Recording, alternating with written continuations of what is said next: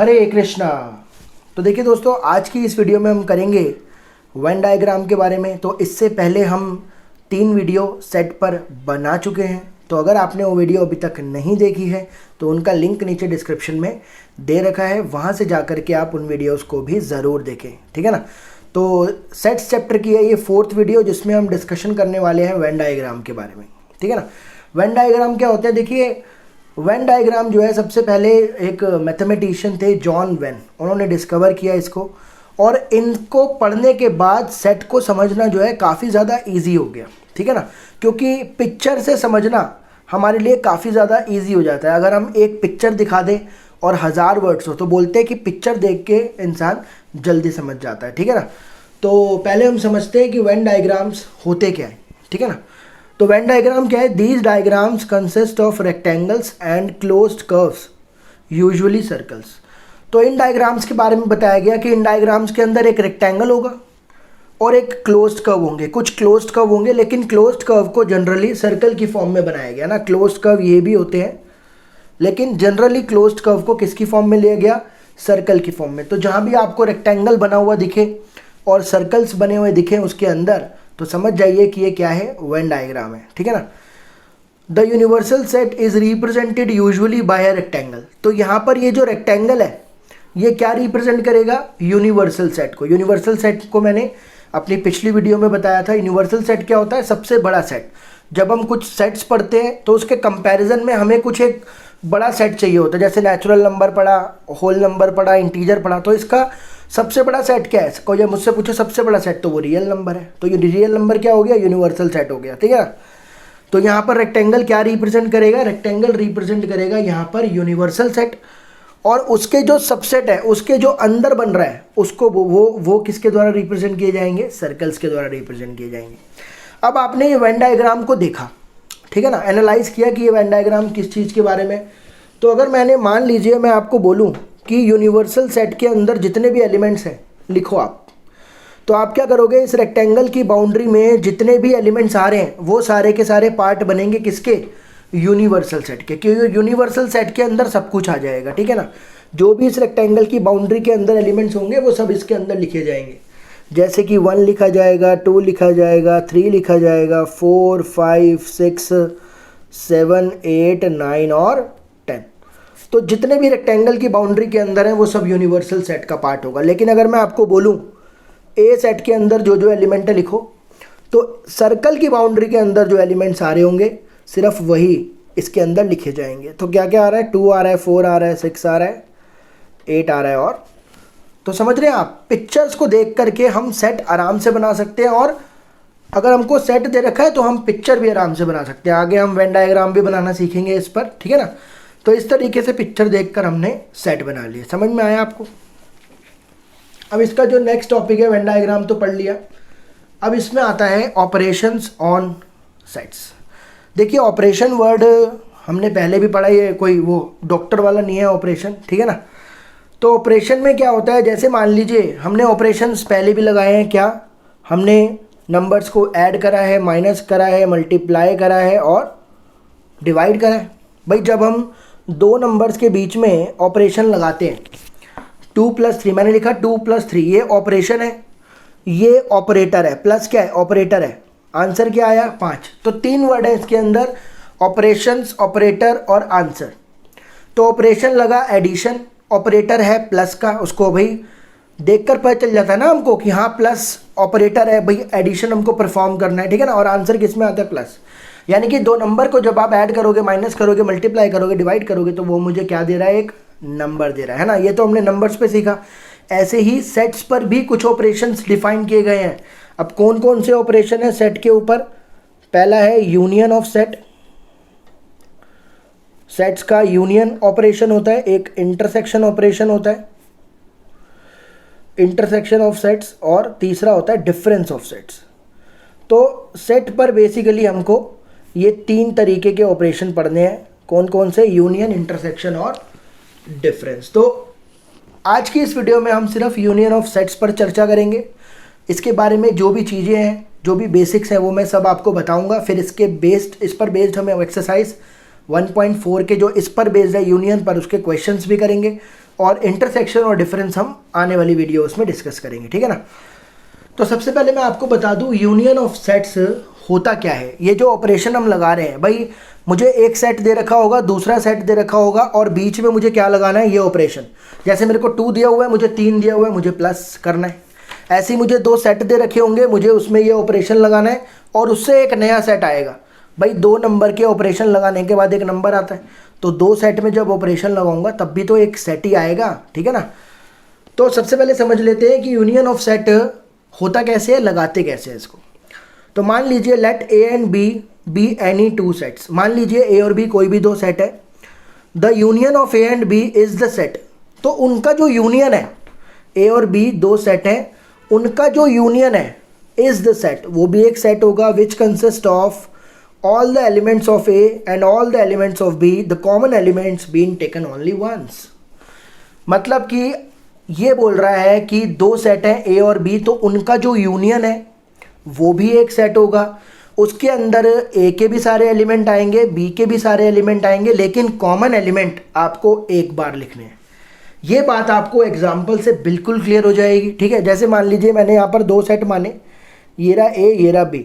इसके अंदर 2 common element है, 3 4 यहाँ पर भी है, 3 4 यहाँ पर भी है। तो A यूनियन B, यहाँ पर देखिए जो ऑपरेशन है, जो ऑपरेटर है वो क्या है, U। जैसे वहाँ पर प्लस था, यहाँ पर ऑपरेटर क्या है, U। जब U लगा हुआ दिखेगा तो आपको समझ जाना है कि मेरे को इन दोनों सेट के बीच में क्या लगाना है, यूनियन लगाना है। इसको पढ़ते हैं यूनियन, और A यूनियन B, इसको रीड कैसे करते हैं, A यूनियन B। तो एक A सेट है और एक B सेट है, तो A यूनियन B भी एक सेट होगा जिसके अंदर A के भी सारे एलिमेंट आएंगे।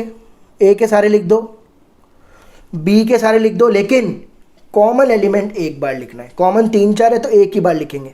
उसके बाद क्या रह गया, 5 6। तो समझ में आया आपको। A यूनियन B एक ऐसा सेट होगा जिसके अंदर आपको A के सारे एलिमेंट लिखने हैं, B के सारे एलिमेंट लिखने हैं, लेकिन कॉमन एक बार लिखना है। उम्मीद करता हूँ कि ये ऑपरेशन आपको समझ में आ गया होगा, यूनियन, ठीक है ना। आगे चलते हैं इस पर।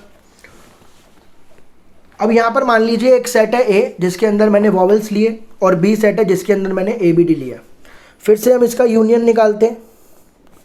तो A यूनियन B क्या होगा, A वाले सारे A E I O U, उसके बाद B वाले सारे, लेकिन A पहले आ चुका है तो दोबारा नहीं लिखेंगे, B लिखेंगे और D लिखेंगे। तो ये रहा A यूनियन B। तो सिंपल होता है, जब भी आपको ये ऑपरेशन लगाना होगा, A वाले सारे B वाले सारे, कॉमन वाले एक बार, बस बात खत्म, ठीक है ना। अब इसका मान लीजिए अगर आपको वेन डायग्राम बनाना है, मैंने बोला A यूनियन B का वेन डायग्राम बनाओ। तो देखो यहाँ पर एक रेक्टेंगल बना लेते हैं फॉर यूनिवर्सल सेट। रेक्टेंगल क्या रिप्रेजेंट करेगा, यूनिवर्सल सेट को रिप्रेजेंट करेगा, है कि नहीं। और यहाँ पर 2 सेट है, एक A है और एक B है। तो पहले A बना लेता हूँ और B बना लेता हूँ। ये A है और ये B है, ये A सेट है और ये B सेट है, क्योंकि ये आएंगे तो यूनिवर्सल के अंदर ही ना। तो A सेट के अंदर कौन कौन से एलिमेंट है, A E I O U। B set के अंदर ABD। दोनों में कॉमन एलिमेंट क्या है, A। तो कॉमन एलिमेंट हमेशा इस रीजन में लाई करेंगे। भाई ये वाला रीजन होता है जो A में भी होता है और B में भी होता है, तो दोनों के जो कॉमन एलिमेंट है वो इसी रीजन में तो लाई करेंगे। भाई ये वाला पोर्शन सिर्फ A का है, इसमें B तो है नहीं। ये वाला पोर्शन सिर्फ B का है, इसमें A नहीं है। लेकिन ये पोर्शन ऐसा है जो A में भी है और B में भी है, मतलब A का भी कुछ पार्ट, B का भी कुछ पार्ट, ये कॉमन है। तो यहाँ पर कौन से एलिमेंट रखे जाते हैं, जो कॉमन एलिमेंट है। समझ में आ रहा है आपको। उसके बाद A रख दिया, बाकी एलिमेंट और कौन कौन से हैं A में, E I O U। तो E रख देते हैं यहाँ पर, I रख देते हैं यहाँ पर, O रख देते हैं यहाँ पर, U रख देते हैं यहाँ पर। तो A के अंदर कौन कौन से एलिमेंट हो गए, A E I O U। उसके बाद B सेट के अंदर कौन कौन से, A तो है ही, और B और D भी लग दिया, ठीक है ना।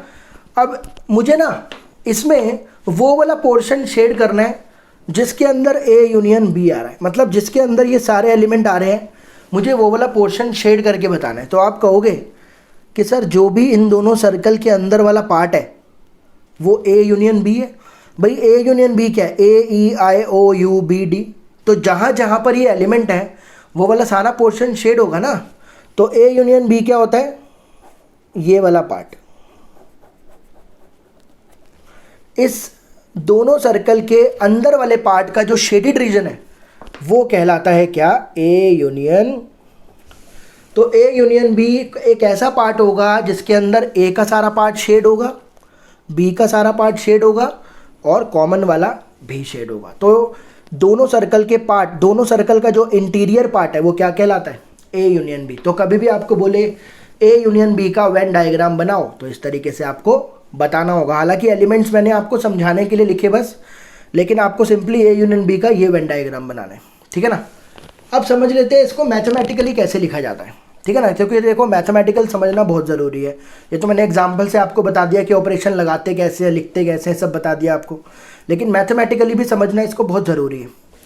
तो ए यूनियन बी क्या है? ए यूनियन बी एक ऐसा सेट है जिसके अंदर जो भी एलिमेंट्स आ रहे हैं, जिसके अंदर ए यूनियन बी के अंदर कोई भी एलिमेंट्स आ रहे हैं वो या तो ए में होंगे या और मतलब या बी में होंगे। समझ में आ रही है आपको? मैथमेटिकली कैसे रिप्रेजेंट कर रहे हैं कि ए यूनियन बी के अंदर कोई भी एलिमेंट है अगर, तो या तो वो ए में होंगे या वो बी में होंगे, मतलब दोनों में से किसी ना किसी में तो ज़रूर होंगे ही होंगे। जैसे मान लीजिए, मैं आपको एग्जांपल से समझाता हूँ। जैसे मान लीजिए मैंने ओ लिया, ओ किसको बिलोंग कर रहा है? ए यूनियन बी को, है ना। ओ ए यूनियन बी में है, तो ओ किस में है? ओ देखो, ओ ए में है कि नहीं? और बी में नहीं है भले ही, लेकिन ए में तो है। लेकिन मान लीजिए अगर मैंने डी मैंने एलिमेंट लिया जो ए यूनियन बी को बिलोंग कर रहा है, तो डी किसको बिलोंग कर रहा है? बी को बिलोंग कर रहा है। तो या तो वो ए में होगा या वो बी में होगा। ऐसा कोई भी एलिमेंट ए यूनियन बी में नहीं हो सकता जो ए में और बी में ना हो, क्योंकि ए यूनियन बी में आई वो वाले एलिमेंट रहे हैं जो या तो ए से आ रहे हैं या बी से आ रहे हैं। मान लीजिए मैंने अब लिखा कि Z इसके अंदर नहीं है। क्या Z है इसके अंदर? नहीं। तो पक्की बात है ना वो ए में है ना वो बी में है, तभी तो वो इसमें नहीं आया। तो मैं क्या बोलूँगा, अगर कोई भी एलिमेंट ए यूनियन बी में नहीं है तो ये बात की गारंटी मैं दे रहा हूँ कि ना तो वो ए में होगा और ना ही वो बी में होगा। तो ये मैथमेटिकल एक्सप्रेशन आपको क्लियर कट हो गया होगा, ठीक है ना। तो आगे चलते हैं, अब इसकी कुछ प्रॉपर्टीज़ पढ़ लेते हैं। Operation, some properties of the operation of union. Union की ऑपरेशन पर कुछ प्रॉपर्टीज पढ़ लेते हैं। पहला है, आप ये कॉम्यूटेटिव लॉ फॉलो करते हैं। देखिए कॉम्यूटेटिव लॉ हमने पहले भी पढ़ा है बहुत बार, जो हमारी बचपन की क्लासेस थी 6th 7th 8th, हमने पढ़ा है 2 + 3 3 + 2 बराबर होता है 2 × 3 3 × 2 बराबर होता है, ये हमने पढ़ा हुआ है। ऐसे ही यूनियन पर भी है। आप ए यूनियन बी निकालो या बी यूनियन ए निकालो, आपको आंसर जो सेट मिलेगा वो दोनों तरफ क्या होगा? बिल्कुल सेम होगा। आप ए और बी का यूनियन करो या बी और ए का यूनियन करो, जो सेट्स बनेंगे वो दोनों आपस में बिल्कुल सेम होंगे, ठीक है ना। तो ये कॉम्यूटेटिव लॉ तो फॉलो करता है और ये एसोसिएटिव लॉ भी फॉलो करता है। एसोसिएटिव होता है कि आपके पास 3 सेट है ए बी सी, आपने पहले ए यूनियन बी करा फिर उसको तीसरे के साथ करा, या फिर आपने बी यूनियन सी करा उसको ए के साथ करा। समझ में आ रही है? पहले आपने ए और बी का यूनियन निकाला फिर सी के साथ निकाला, या फिर बी और सी का यूनियन निकाला फिर ए के साथ निकाला। इसके आंसर दोनों क्या आएंगे? सेम। देखिए मैं एग्जांपल से बताता हूँ आपको। मैंने ए बी सी यहाँ पर 3 सेट मान लिए, 1 2 3 3 4 5 4 5 6। तो पहले मुझे क्या करना है? पहले मुझे ए यूनियन बी निकालना है। तो ए यूनियन बी क्या होगा? सारे लिख दो, ए वाले भी बी वाले भी कॉमन एक बार। तो 1 2 3 4 5। उसके बाद ए यूनियन बी का यूनियन निकालना है किसके साथ? सी के साथ। ए यूनियन बी का यूनियन निकालना है सी के साथ। अब इसका यूनियन, ए यूनियन बी ये रहा, इसका सी के साथ यूनियन। तो सारे लिखने हैं, ए यूनियन बी में जो है, ए सी में जो है, ये सारे लिख दो लेकिन कॉमन एक बार। तो 1 2 3 4 5 ये सारे लिख दिए, लेकिन 4 5 यहाँ पर पहले आ चुके हैं तो 6 और आएगा बस। तो ये आ गया A union B union C. ऐसे ही अब क्या करो, आप पहले बी यूनियन सी निकालो। बी यूनियन सी मतलब बी वाले सारे और सी वाले सारे। तो 3 4 5 6 आ गया, 3 4 5 और 6 आ गया। फिर इसका यूनियन निकालो ए के साथ, A union B union C. इसका यूनियन ए के साथ, तो ए वाले सारे और बी यूनियन सी वाले सारे। तो 1 2 3 4 5 6। तो देख लो दोनों क्या दोनों साइड सेम नहीं है।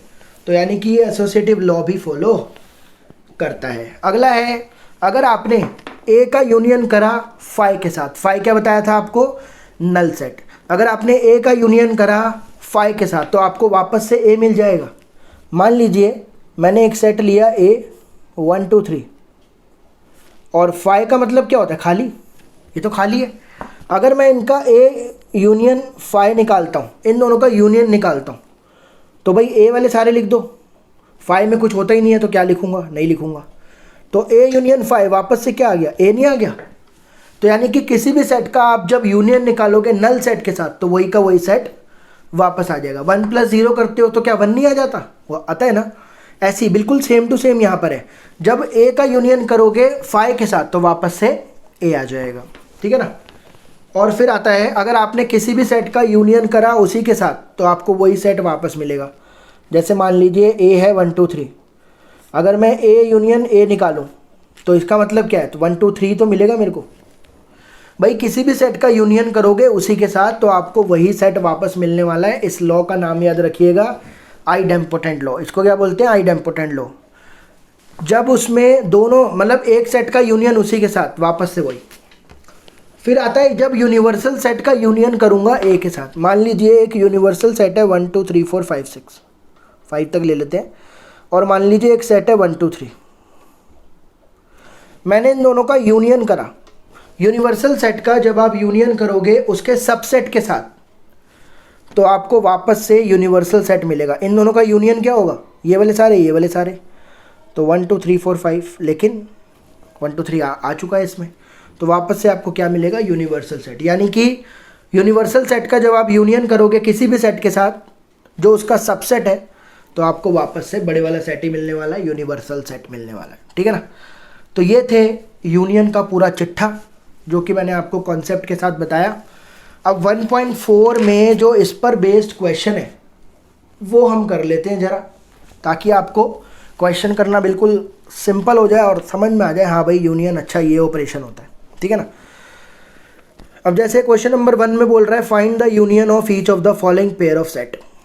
एक्स दे रखा है, वाई दे रखा है, बोल रहा है इन दोनों का यूनियन बताओ। तो इनका यूनियन क्या होगा, एक्स वाले सारे 1 3 5 और वाई वाले सारे 1 लिख चुका हूँ, 3 लिख चुका हूँ, तो बस और क्या लिखना है 2। तो एक्स वाले सारे वाई वाले सारे रिपीट एक बार। फिर इसमें फिर से बोल रहा है ए यूनियन बी बताओ। तो ए ई आई ओ यू लिख दो, उसके बाद ए लिख चुका हूँ, फिर बी और सी लिखना है, बस हो गया।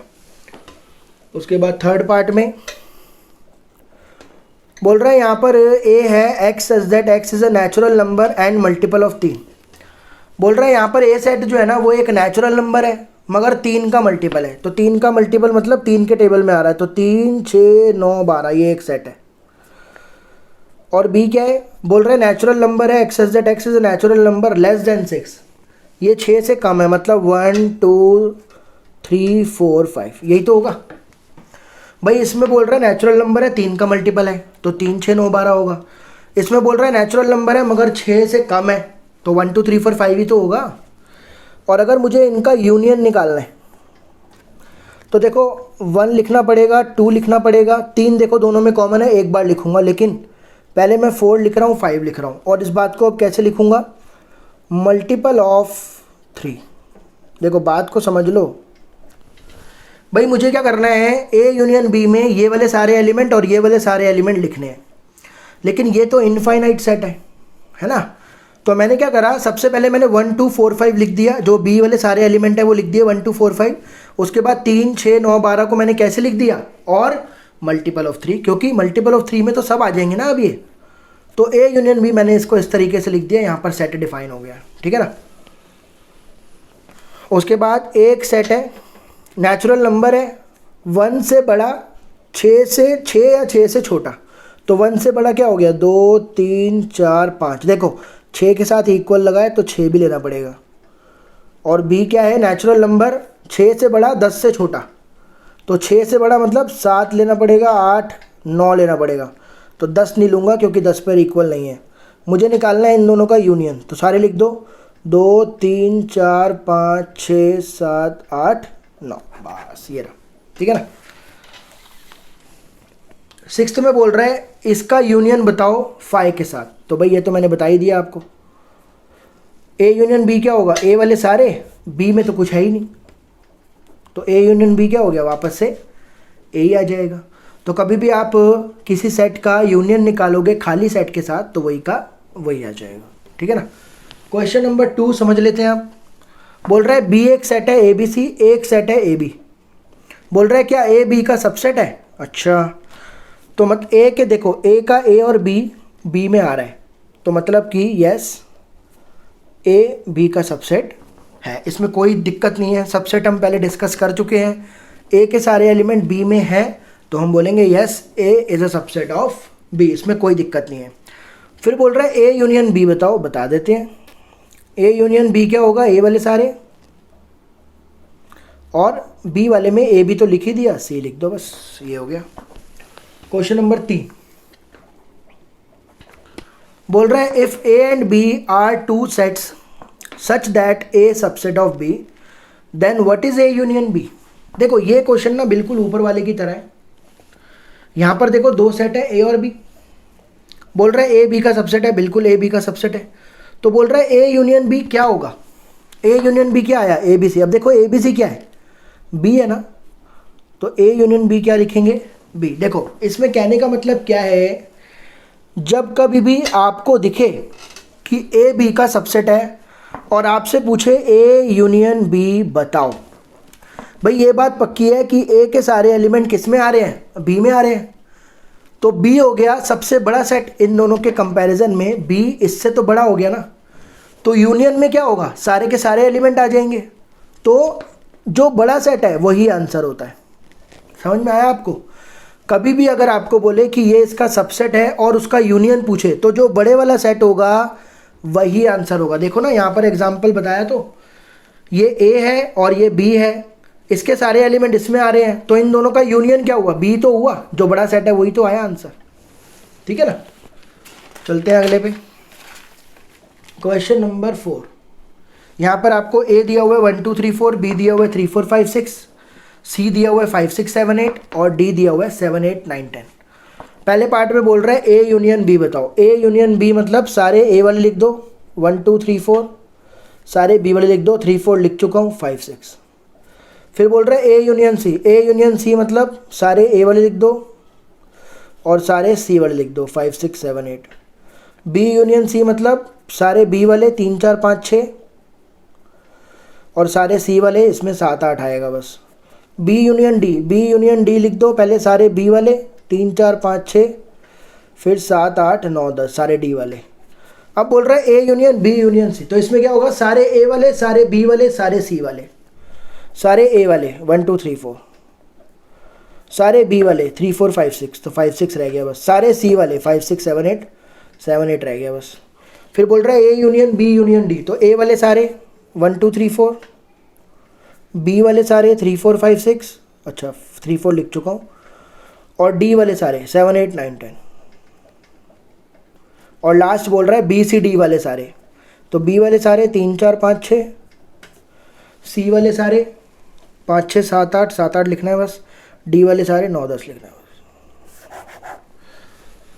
तो ये था आपका क्वेश्चन नंबर 4। तो देखिए जो आपकी एक्सरसाइज 1.4 है, यूनियन के ये 4 क्वेश्चन है जो मैंने आपको कराए। उम्मीद करता हूँ कि यूनियन आपको अच्छे से समझ में आ गया होगा। आगे आने वाली वीडियोस में हम इसका इंटरसेक्शन और डिफरेंस वाला पार्ट भी कवर करेंगे।